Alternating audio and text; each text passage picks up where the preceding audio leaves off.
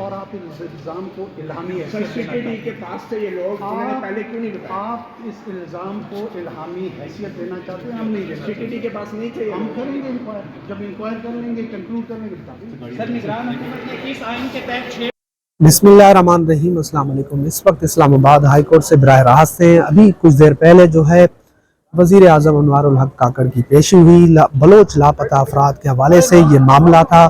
Justice Mohsin Akhtar Kayani صاحب نے سماعت کی۔ آج جسٹس محسن اختر کیانی صاحب نے کہا کہ انسانی حقوق کی پابندیاں، لوگوں کو جبری طور پہ جس طرح سے گرفتار کیا جا رہا ہے، جس طرح ان کو اٹھایا جا رہا ہے، ان کو ہرگز برداشت نہیں کیا جا سکتا۔ جب وزیر اعظم انوار الحق کاکڑ روشرم پہ آئے تو انہوں نے لمبی چوڑی تقریر کی، انہوں نے بڑے دلائل دیے۔ انہوں نے کہا کہ یہ جو بلوچ ہیں یہ دہشت گرد ہیں، یہ لوگوں کی جانیں لیتے ہیں، لوگوں کو مارتے ہیں۔ انہوں نے کئی حوالے دیے جس میں جو ہے انہوں نے سابق chief justice Balochistan high court ان کا بھی حوالہ دیا۔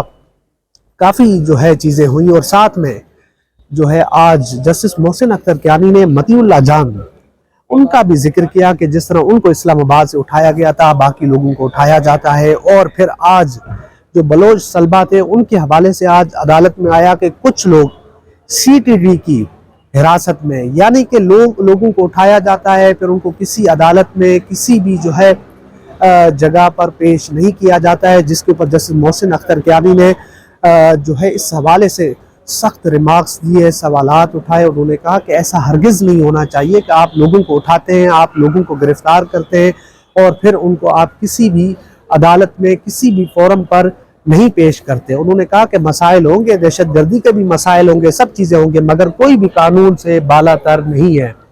اور اس وقت آپ دیکھ رہے ہیں کہ یہ جو ہے IG اسلام آباد اور باقی جو ہے وہ عدالت پیشی کے بعد باہر نکل رہے ہیں۔ یہ مناظر ہے اس وقت اسلام آباد ہائی کورٹ سے، یہ تمام تر مناظر ہیں جو ہم آپ کے سامنے پیش کر رہے ہیں۔ یہ صورتحال ہے اس وقت اسلام آباد ہائی کورٹ کی۔ بڑی سماعت تھی، بڑی پیشی تھی۔ آج عدالت نے بڑے سخت ریمارکس دیے۔ انہوں نے کہا کہ کوئی ڈاکو ہو، چور ہو، کوئی بھی ہو، وہ قانون کے برابر ہے، اس کے لیے قانون ہے، سب کو قانون کے مطابق ڈیل کریں، کسی کو بھی زبردستی طور پہ نہیں اٹھایا جائے گا۔ آج انوار الحق کاکڑ نے جس طرح بلوچ قوم کو دہشت گرد بنانے کی کوشش کی، جس طرح سے ان کی کوشش تھی کہ یہ لوگ دہشت گرد ہیں، یہ لوگوں کو مارتے ہیں، یہ جو ہے فساد پھیلاتے ہیں، ان لوگوں کو اٹھانا کوئی جرم نہیں ہے۔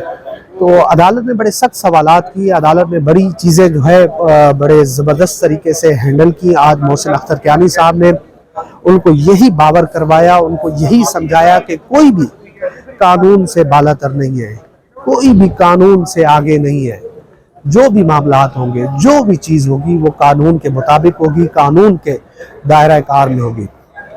جب وزیر اعظم انوار الحق کاکڑ جب باہر نکلے تو ان کو مطیع اللہ جان صاحب اور باقی صحافیوں نے گھیر لیا۔ مطیع اللہ جان صاحب کی ان کے ساتھ جو ہے تلخ سوالات بھی ہوئے۔ انوار الحق کاکڑ صاحب غصے میں بھی آ گئے۔ انہوں نے کہا کہ آپ میرے ساتھ لڑ رہے ہیں، میں آپ کو جواب دے رہا ہوں۔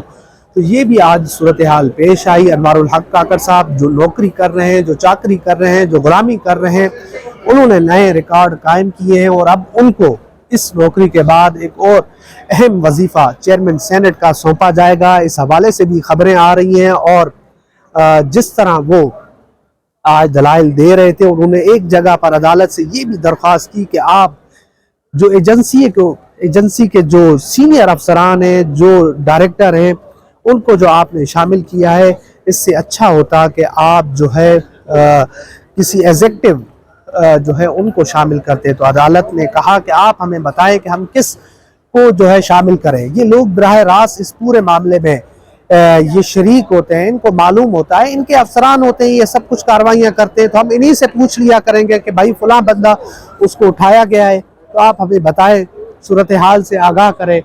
تو یہ ایک پوری جو ہے آج ہوئی، عدالت نے ان کی اس درخواست کو جو ہے مسترد کر دیا ہے۔ پوری صورتحال ہے، پوری ڈیٹیل ہے، ہم آپ کے سامنے رکھ رہے ہیں اسلام آباد ہائی کورٹ سے۔ اس وقت اسلام آباد ہائی کورٹ میں بلوچ طلبہ کا بڑا کیس تھا۔ بلوچ طلبہ یہاں پر آئے ہوئے تھے۔ ایمان مزاری صاحبہ نے دلائل دی ہے۔ ایمان مزاری صاحبہ جس جرت اور بہادری سے اس کیس کو لڑ رہی ہیں، اس کیس کو لے کر چل رہی ہیں، ان کو سلام ہم پیش کرتے ہیں۔ کسی کو بھی قانون آئین سے